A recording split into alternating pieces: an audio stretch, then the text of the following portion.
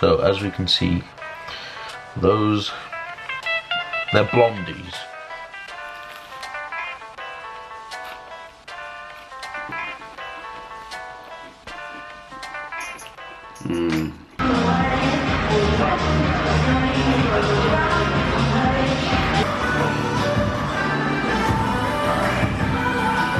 Into competition preps and stuff, you learn a lot about your own mentality on things and your own fortitude.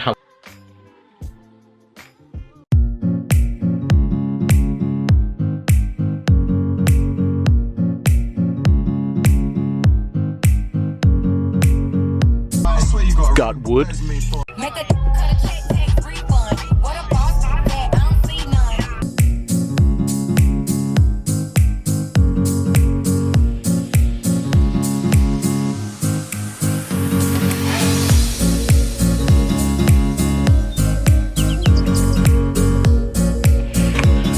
Alright, it's time to go off home. We've got a drill, we've got screws. I don't really know what this channel is turning into. Please don't unsubscribe just because I'm not to see a repeat. Because I'm doing DIY stuff. It's mainly fitness and bodybuilding around here, but you know, lifestyle I guess as well. See you at home. Okay, so we have the ability, the tools to do the repairs and improvements on the bed. I've temporarily repaired the bed, but we're going to do a few more bits and pieces, but not today. Cool, so we are pretty much sorted now. Sorted. So, sofa situation. We will be getting a sofa hopefully tomorrow evening. I'm waiting to hear back from a man with a van if I'm able to get the said van. Yeah, so that's about it really from this part of the vlog. I will hand it over to Future Simon. Future Simon, take it away, mate. Thank you very much, past tense Simon. We are here in the future, now the present, and I forgot to show you guys these once they're microwaved. So, because I didn't try one on camera last time, I showed you them, but I didn't try one on camera. I'm just halfway through those oats, which before bed, I found having like over 80 grams of oats before bed, just really, it slows your digestive system down loads. So I don't do more than 80 grams. So we are gonna go in with the brownie. I don't usually obviously have this, but because I had the lower amount of food with my dinner, you know, make up with a few calories, should be all good.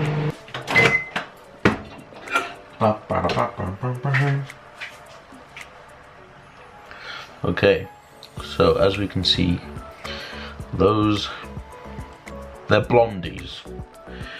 And this one, by the looks of it, has a bit of Kit Kat in it. Oh my god.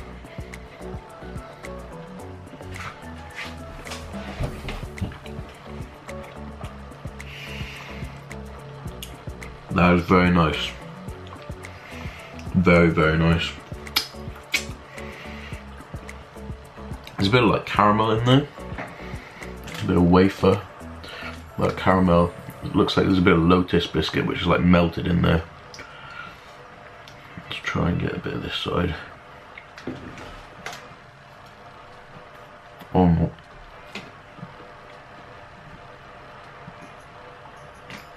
That is naughty.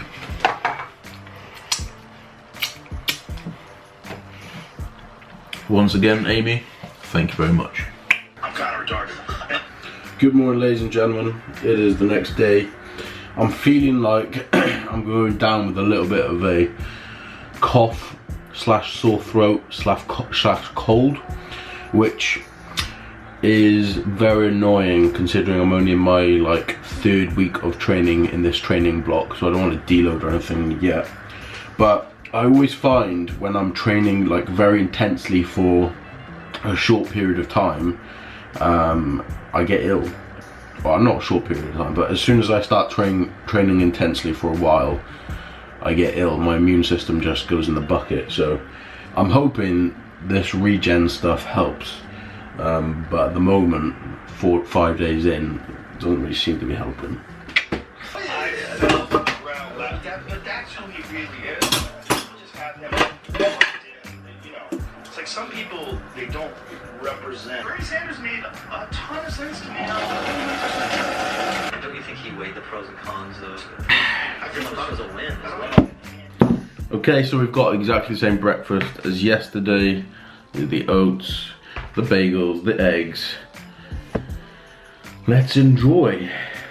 It's gonna be a bit of a mess to get these eggs and bagels together, but we'll make it work.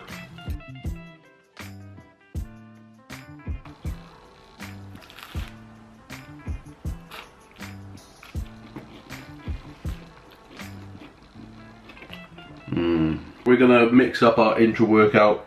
One of my online clients just sent me this GIF. You probably can't see that. It's Gordon Ramsay putting his pieces of bread over a person and calling them an idiot, calling them a sandwich. Yes, rather funny. Anyway, I don't know why he's calling himself an idiot. I will find out shortly. So, intro workout, instead of using that demo day, which was just nasty stuff. It didn't even taste good. It didn't agree with me well. Well, that creatine's gone everywhere. Creatine's a mess. Yeah, it didn't even taste good. Wasn't nice in any way really at all. So I definitely wouldn't be getting Axe and Sledge's intro workout again. I'll try their other products because, you know, you can't base all their products on one product, but I do find with the majority of products like that start off from somebody who's fairly well known in the industry, they're kind of chalk and cheese.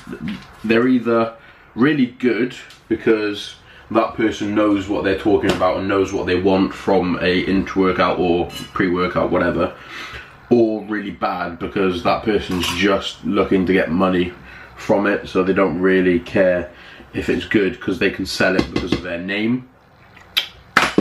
So yeah. How's this gonna work? Is this gonna be alright? Is this gonna be a mess? Probably shouldn't do this. We're okay, it's fine. Okay, cool. Tried it off that spoon and it was actually very nice already. Mango, is it? Mango, yeah. It's an accurate representation of mango in my opinion. I've tried the lime one before. That one's also very good. I've got to go across the next town and train a couple of people there. Then I'll be coming back and training in the new gym, K2. And then I'll be going back to the same town this afternoon. So it's a little bit back and forth. I am driving more than I used to, but it is worth it for this new gym. So yeah, no complaints my end. Let's go.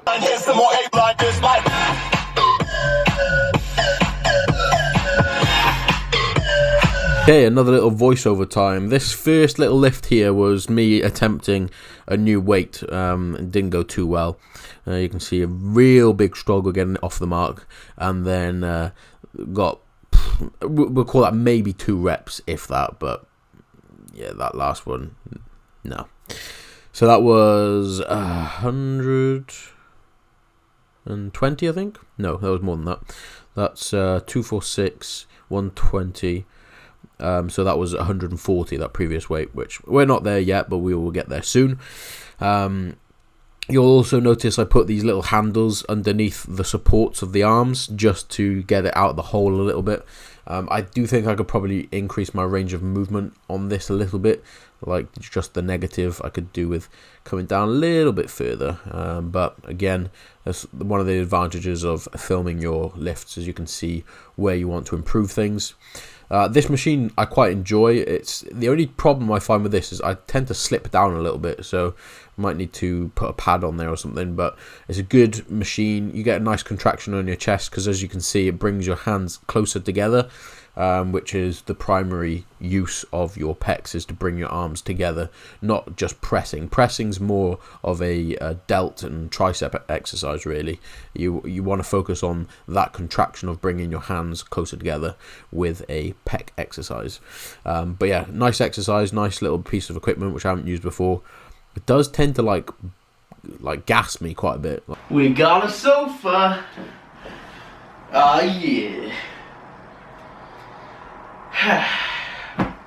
But I am starving hungry because that took an hour and a half to get here. So luckily I'm a smart person and I prepared, because if you don't prepare, you prepare to fail. Fail to prepare, prepare to fail. Something like that. The OG.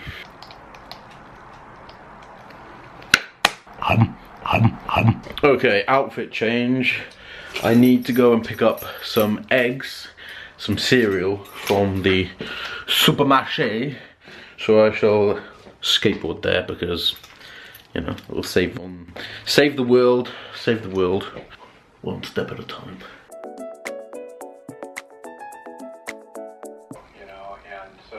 Same breakfast, different day being Friday. Voiceover time, because the gym that I'm in plays a lot of copyright music, but nevertheless I can talk you through what I'm doing here. So these are forced negatives. I finished my pull-ups with my weighted pull-ups with forced negatives. So I'll do 3 sets of weighted pull-ups and then go into these, which are the forced negatives. This is 60 kilos and I'm doing it for 6 reps. You assist yourself up with the bench by jumping a little bit and then really fight it on the control on the way down. Really control as much as you can. Really try and fight against that feeling of falling. That really tears up your back. Like if you want to really finish off your back, doing forced negatives on pull-ups is a ridiculous exercise.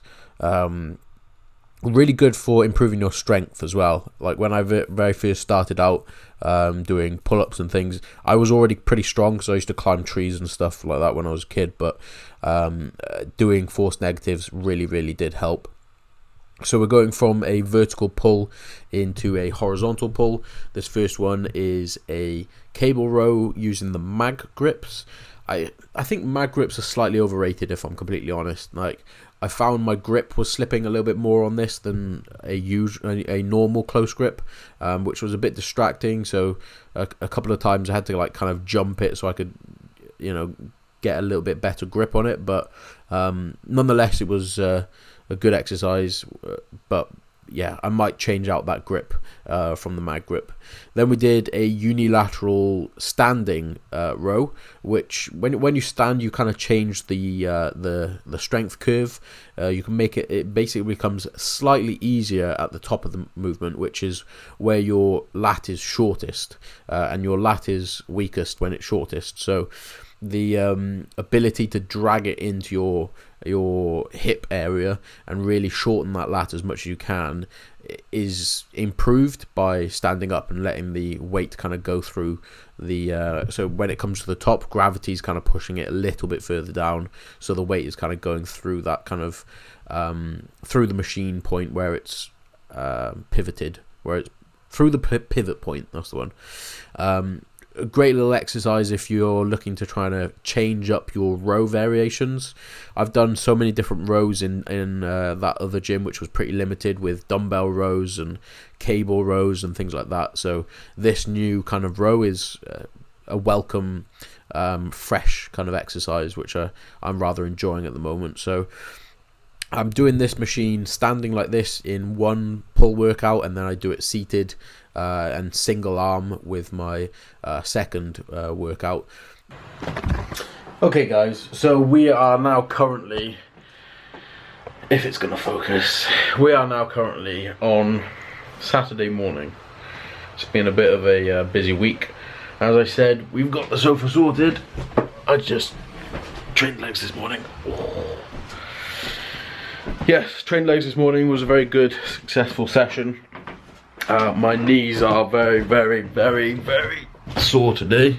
I think it's because I finished with sissy squats, superset with lying leg curl occluded, so you keep the occlusion straps on. Also I got a little welcome home sign for my girlfriend because she's moving in more efficiently on Monday, and we've been drying some stuff outside. So, a little update on things. I had a couple of questions sent through on my Instagram. I'm going to go through them now. Pretty simple ones. I'm going to ignore some of the stupid ones, but I'm going to do an overview of what's going on. So, what current split am I doing? I'm doing push-pull legs, rest. So 6 training days a week, and then the Sunday as a rest day.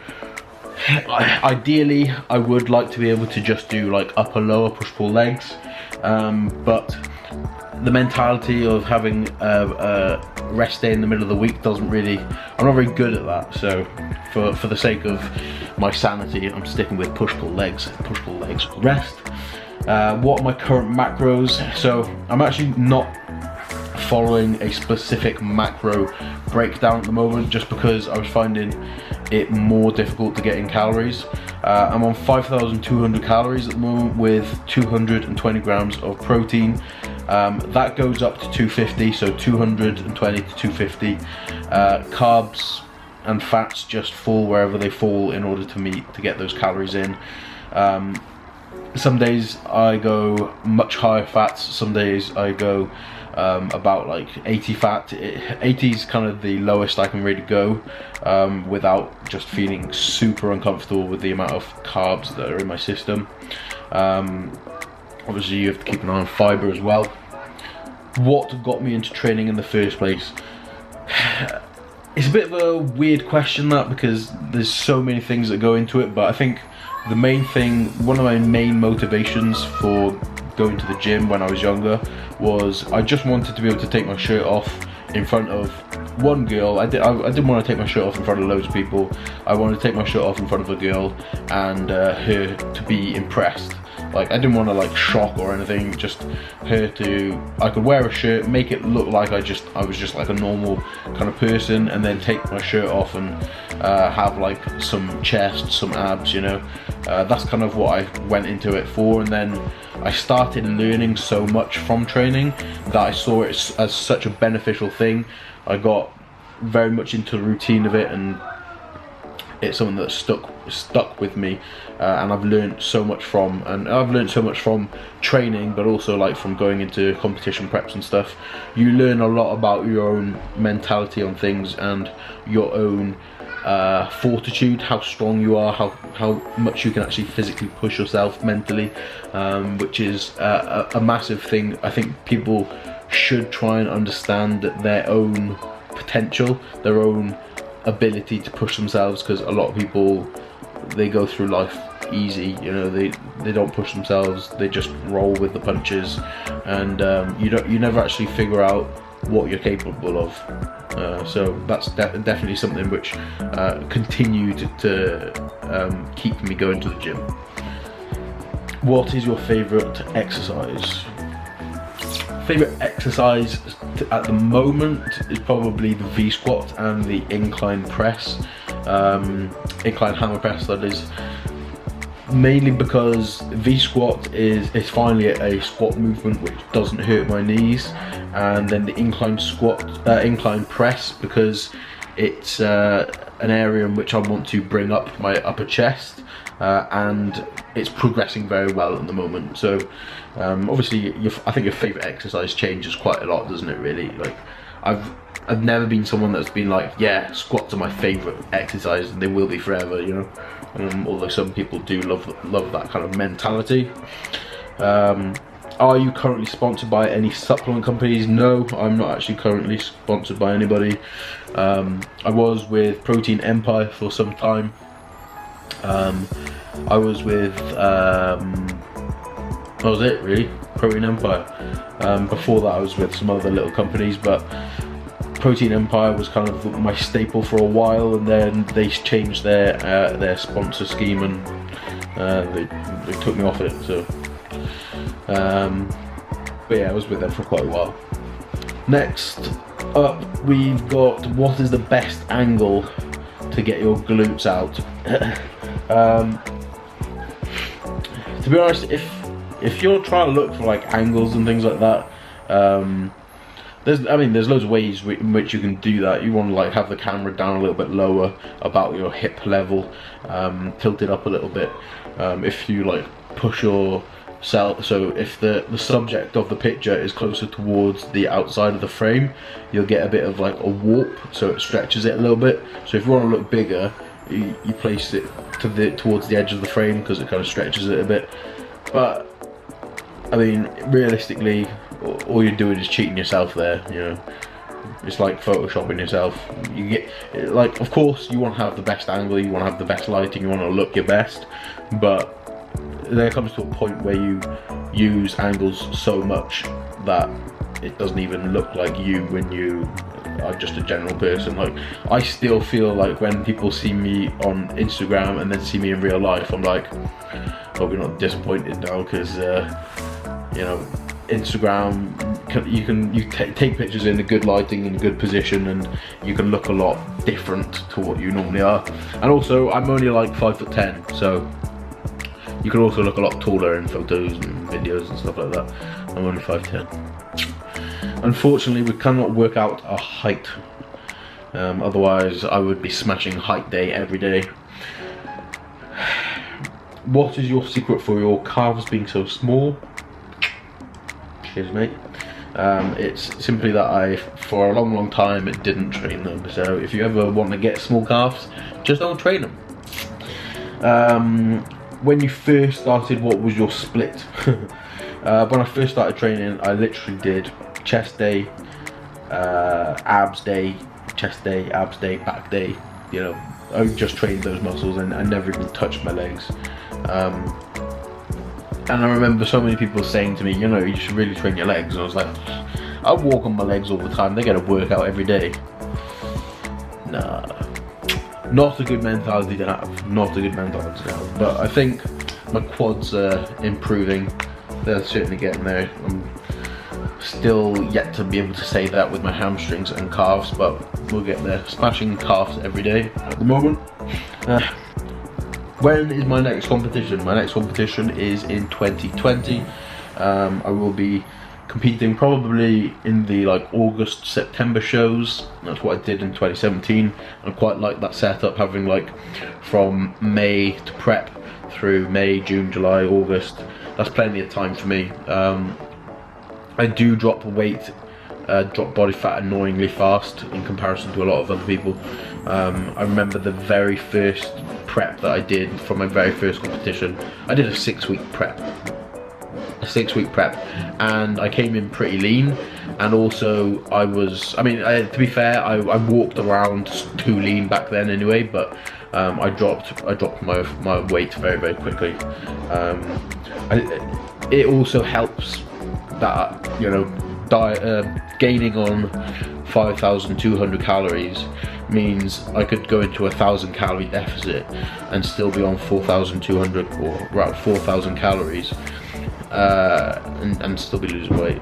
You know, it doesn't sound fair, but trust me, when you're in a deficit, it all feels like a deficit anyway. It doesn't matter how much food you're on, it doesn't matter how much cardio you're doing. When your body fat gets low, it sucks, because your body's not supposed to be doing that. So yeah, it doesn't matter if you're on loads of food or not very much food, you still feel just as shit as people that are on. It may help with your training performance, you may be able to hold on to numbers a little bit better if you situate your carbohydrates and things like that more around your training window, but yeah, I don't know about that. It would be, in any case, you should still be prioritizing your training window. Yes, you're so weird, yes or no? Yes. When are you competing, bro? Yep, done that one. where did the phrase human soup come from? Now, if you follow me just on YouTube or relatively new to me, you will not know what human soup is, but this goes back to my competition days where I was talking about having a bath. Having a bath was where the phrase human soup came from, because I was talking about having an Epsom salt bath, and then I was like, baths are so boring. You're basically sitting in a puddle of your own dirt and filth, basically like human soup. So that's where that came from. I'm surprised people still remember that, to be honest. Any advice on growing your glutes for a female? Okay, well, growing your glutes for male or female, you know, some guys want to grow glutes too. If you want some of my glutes, please just DM me. I will give you some of my glutes because I do not need so much. Basically, you want to focus on progressive overload.